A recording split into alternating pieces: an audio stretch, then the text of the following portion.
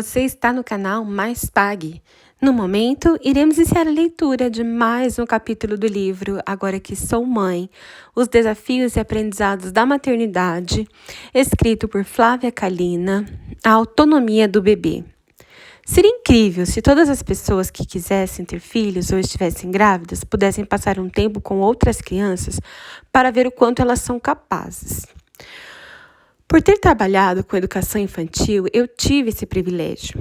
Apesar de ter lido muitos livros e aprendido muita teoria a respeito, nada foi tão enriquecedor quanto estar presente e observar com os meus próprios olhos a capacidade dos pequenos. É impressionante o quanto eles conseguem fazer e o quão rápido eles podem aprender. Parece que já têm dentro de si mesmos tudo o que precisam para encarar a vida de frente. É interessante que, mesmo tendo tido a oportunidade de observar crianças ao longo de todos os anos em que trabalhei em escola infantil, ainda assim eu me pego subestimando a Vitória, pensando que ela não vai conseguir cumprir uma determinada tarefa ou que as tentativas dela vão dar errado. E ela sempre acaba sendo bem-sucedida e me provando o contrário na mesma hora. Por isso, tenho me controlado para não me adiantar e dar a ela uma chance de fazer o que quer que esteja tentando, porque ela é capaz. Construindo ambientes que favoreçam a autonomia das crianças. Em função da minha experiência com crianças, antes mesmo de ter me tornado mãe, logo que a Vitória nasceu, eu já compreendia que ela poderia se mover livremente em espaços apropriados. Por isso, durante a gravidez, eu fiz questão de preparar um ambiente seguro, por onde ela pudesse caminhar e com objetos que ela pudesse tocar sem que eu precisasse alertá-la. Não pega nisso, não vai ali, não mexe aqui, naquilo. É aquela velha história sobre a qual já conversamos ao longo do livro. Eu acredito do fundo do meu coração que para estimular uma convivência familiar pacífica e o desenvolvimento apropriado de filhos, pais e mães temos de adaptar a nossa casa a eles. Abrir mão dos nossos hábitos e rotinas antigos para dar espaço a essa nova vida que acabou de chegar e que depende de nós para crescer com saúde. Então eu mudei a maior parte da minha casa para receber a Vitória. Criei um ambiente com brinquedos e utensílios domésticos que ela pudesse tocar, como colher, recipiente de plástico, pote sensorial com feijão e arroz. São objetos seguros que deram a ela a possibilidade de explorar e aprender, ainda que sob a minha supervisão. Afinal, eu não gostaria que ela enfiasse um feijão dentro do ouvido ou comesse arroz cru e sujo, por exemplo. A autonomia é uma questão de prática. Como tudo na vida, a autonomia infantil só vai ser alcançada se as nossas crianças praticarem. Mas do que isso, se nós permitirmos que elas pratiquem. Sei que é difícil, pois a maioria de nós não foi criado para ter autonomia. Crescemos numa época em que a criança tinha muito menos voz, espaço e oportunidade do que hoje. Por isso, tendemos a não deixar os filhos explorarem o mundo. Mas é de extrema importância nos esforçarmos para mudar esse padrão de comportamento. Para tornar o processo mais fácil, pense: a infância é o momento de fazer testes e cometer pequenos erros, para que ao longo da vida possamos ir ajustando os nossos ponteiros. Então, quando seu filho se encontrar em alguma situação desafiadora, é importante se conter para não agir por ele. Conte 30 segundos para ver se ele vai tomar alguma iniciativa. Não tomou? Tudo bem. Conte mais 30 segundos se não estiver com pressa. E mais 30 e mais 30. Fique observando e você certamente vai se surpreender com a capacidade da sua criança. Outro dia estávamos eu e a Vitória passeando na rua. Ela estava conduzindo o carrinho de boneca que emperrou na calçada. Meu primeiro impulso foi ajudá-la a tirar o carrinho dali, para que pudéssemos continuar a caminhada. Mas eu me contive e observei. Ela deu a volta no carrinho e foi atrás dele para tentar desemperrá-lo. Não deu certo. Então ela foi na frente, levantou o carrinho e finalmente conseguiu tirá-lo da calçada. Eu fiquei tão feliz, tão surpresa. Em primeiro lugar, porque eu faria diferente do que ela fez. E em segundo, porém não menos importante, pela carinha de felicidade dela, refletindo a vitória de ter conseguido fazer sozinha.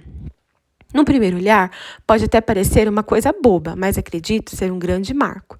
Pense na satisfação e na autoconfiança que a gente sente quando consegue fazer algo sem ajuda de ninguém. Uma receita, um projeto, uma reforma, um artesanato. É muito bom para a nossa autoestima, né? Para a da criança também. As 3 condições básicas para a autonomia. Para que as crianças possam desenvolver autonomia, há 3 fatores fundamentais. Primeiro, a ordem do ambiente, para que elas consigam visualizar todas as opções disponíveis. Se estamos em um lugar bagunçado e sujo, é difícil que os nossos filhos tenham discernimento do que podem tocar ou não.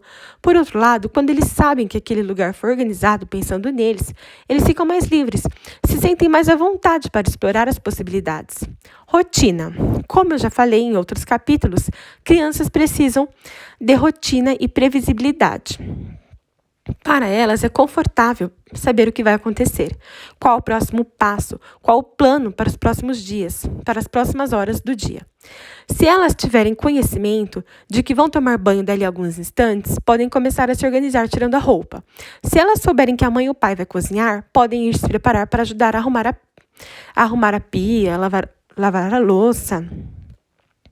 Limites. Trata-se de uma palavra bastante desafiadora, que não devemos confundir com abuso de autoridade.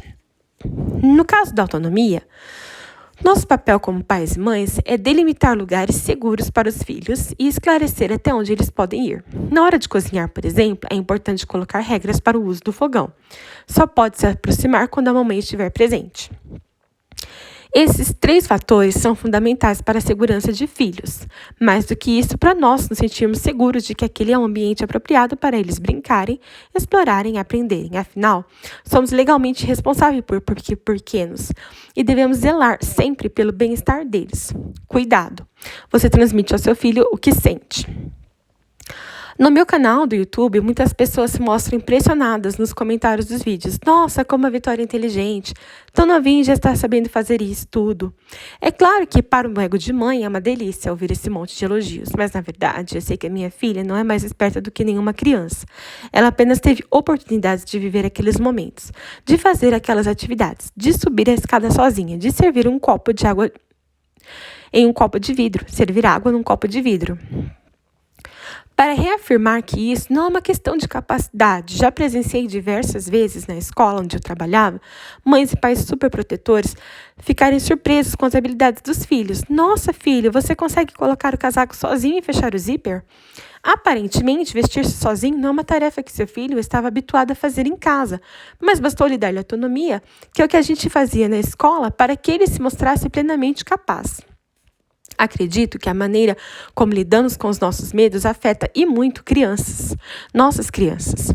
Se sentimos medo ao ver um filho explorando o mundo e usamos expressões como você não vai conseguir, cuidado, vai quebrar, vai cair, vai machucar, esse medo é transmitido para a criança, que se sente desencorajada. Obviamente, não fazemos por mal, mas acabamos podando nossos filhos e privando-os de uma oportunidade única de aprender, de desenvolver a coordenação motora, de conhecer os limites da gravidade e do próprio corpo. Como eu sempre tive o pensamento orientado para deixar a Vitória explorar o mundo, ela acabou desenvolvendo habilidades e adquirindo conhecimentos de uma maneira muito natural. Lembro-me de um dia em que fomos passear pela cidade e nos deparamos com um chafariz. Ela ficou louca para tocar a água. Era bem raso, por isso me senti segura para deixá-la livre. Então, segurei a mão dela de leve e ela começou a se curvar em direção à água. Eu queria que ela percebesse até onde poderia ir, que descobrisse o quanto poderia se inclinar para frente sem cair no chafariz.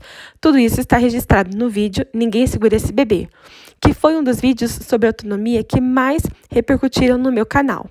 Lembro que algumas pessoas comentaram: meu Deus, eu quase tive um troço, achei que ela fosse cair e você naquela tranquilidade toda. Isso não significa de maneira alguma que eu não me preocupe com a segurança da minha filha. Eu penso muito nisso, mas faço o máximo para nunca transparecer minhas inseguranças na frente dela. Como eu já disse outras vezes no livro, crianças são seres muito intuitivos. Elas percebem quando não estamos confortáveis. Se há alguma razão clara para sentir medo, algum risco evidente, temos o dever de proteger e alertar os filhos. Agora, se é um medo consequente de superproteção, o melhor é barrá-lo. Tente se lembrar da última vez em que você se sentiu inseguro porque estava prestes a fazer algo novo. Se algum ente querido fala, vai fundo, você consegue, eu confio no seu potencial, não funciona como uma injeção de confiança e de coragem? Como com as nossas crianças é a mesma coisa. Palavras positivas as levam adiante. Palavras negativas, por sua vez, podem ter o efeito contrário, de travá-las e de fazê-las se sentir menos capazes. Portanto, é importante demonstrar aos nossos filhos que confiamos neles. Falar isso em voz alta, perguntar para eles: você se sente seguro para fazer essa atividade? E, acima de tudo, acreditar neles. Eles têm discernimento para dizer sim ou não. Faça o que eu faço, sim, Senhor. Uma coisa legal de se fazer é deixar que a criança expresse e explore seus próprios interesses. A Vitória, por exemplo, sempre demonstrou gostar de estar na cozinha, provavelmente porque eu vivo cozinhando. Quando ela era bebê, eu a colocava numa torre especial para que ela pudesse ficar em pé ali comigo, acompanhando de maneira segura o que eu fazia e me ajudando com algumas coisas. Hoje, aos 3 anos, ela tem a iniciativa de puxar a escada sozinha e dizer: mamãe, eu estou aqui para ajudar.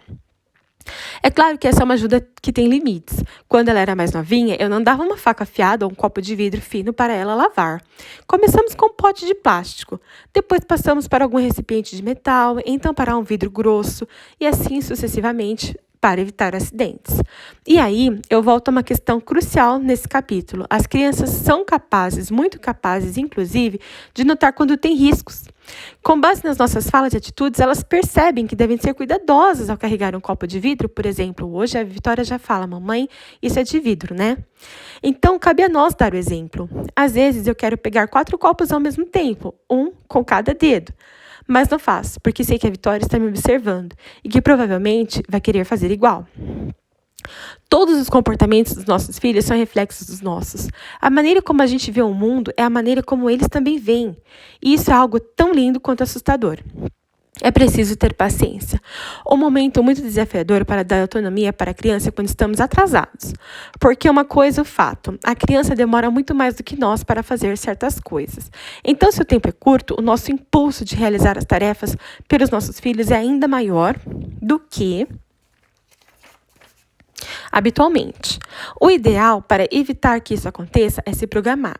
Acorde mais cedo, deixe a roupa separada com antecedência, avise a criança sobre o que vai acontecer, ou seja, dá tempo, espaço e possibilidade para ela agir. Sei que é mais fácil falar do que fazer, mas o esforço sempre vale a pena. Maternidade não é sobre nós, é sobre os filhos. Por fim, temos de lembrar que quando somos mães ou pais, estamos educando um indivíduo único, separado de nós, com suas próprias vontades e preferências. Nossos filhos não são propriedades nossas. Apesar de seguirem regras que estipulamos, eles não devem ter obrigação de satisfazer nossos caprichos, mas, sim, ter a oportunidade de aprender o que temos a ensinar, até que estejam aptos a conduzir sua própria vida. Isso se reflete até nas menores coisas. Se a criança está fazendo um desenho, por exemplo, qual seria o sentido de interferir na atividade? Não é porque a nossa casinha é retangular que a criança está errada se desenhar uma casa oval. Esse apego que nós temos a padrões estéticos pré-determinados, aliás, pode privar os nossos filhos de experimentar novas possibilidades. Acabamos roubando deles a possibilidade de explorarem o mundo de formas diferentes, como nunca antes imaginamos. Muitas vezes, é nesse desejo de ver o belo que acabamos interferindo em atividades simples que poderiam ser desenvolvidas pelas crianças. Já perdi a conta de quantas vezes a Vitória chegou em casa com o sapato trocado. E é sempre assim: uma hora ela sente desconforto e entende que calçou os sapatos nos pés errados. Eu poderia alertá-la, mas entendo que isso faz parte do desenvolvimento pessoal dela. Essa nossa vontade de ajudar os nossos filhos é maravilhosa, sem dúvidas, mas pode acabar virando uma muleta para eles. Eu sei que o amor de mãe nos impulsiona a querer fazer de tudo por eles, mas como eu já disse, considero a autonomia criança um exercício diário. A todo momento eu tenho de parar e me policiar para que esse processo aconteça sem interferências. E o meu maior estímulo é pensar que a autonomia é uma das virtudes mais incríveis que um ser humano pode ter. Quando eu faço uma escova bonita no meu cabelo, por exemplo, eu fico muito feliz. É claro que eu gosto de ir ao cabeleireiro eventualmente, mas conseguir me arrumar por conta própria é uma satisfação sem tamanho.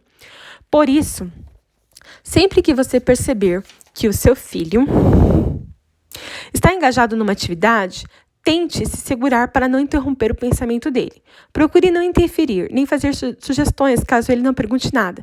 Não queira resolver as coisas por ele. Às vezes, algumas pessoas assistem meus vídeos e perguntam: como você ensinou a Vitória a fazer isso?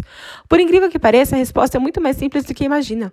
Eu apenas me comporto da maneira como eu gostaria que ela se comportasse. Para que ela seja organizada, eu preciso manter as minhas gavetas em ordem. Para que ela tome banho direitinho, eu preciso tomar banho com ela e mostrar o passo a passo. Eu sei que isso não é fácil.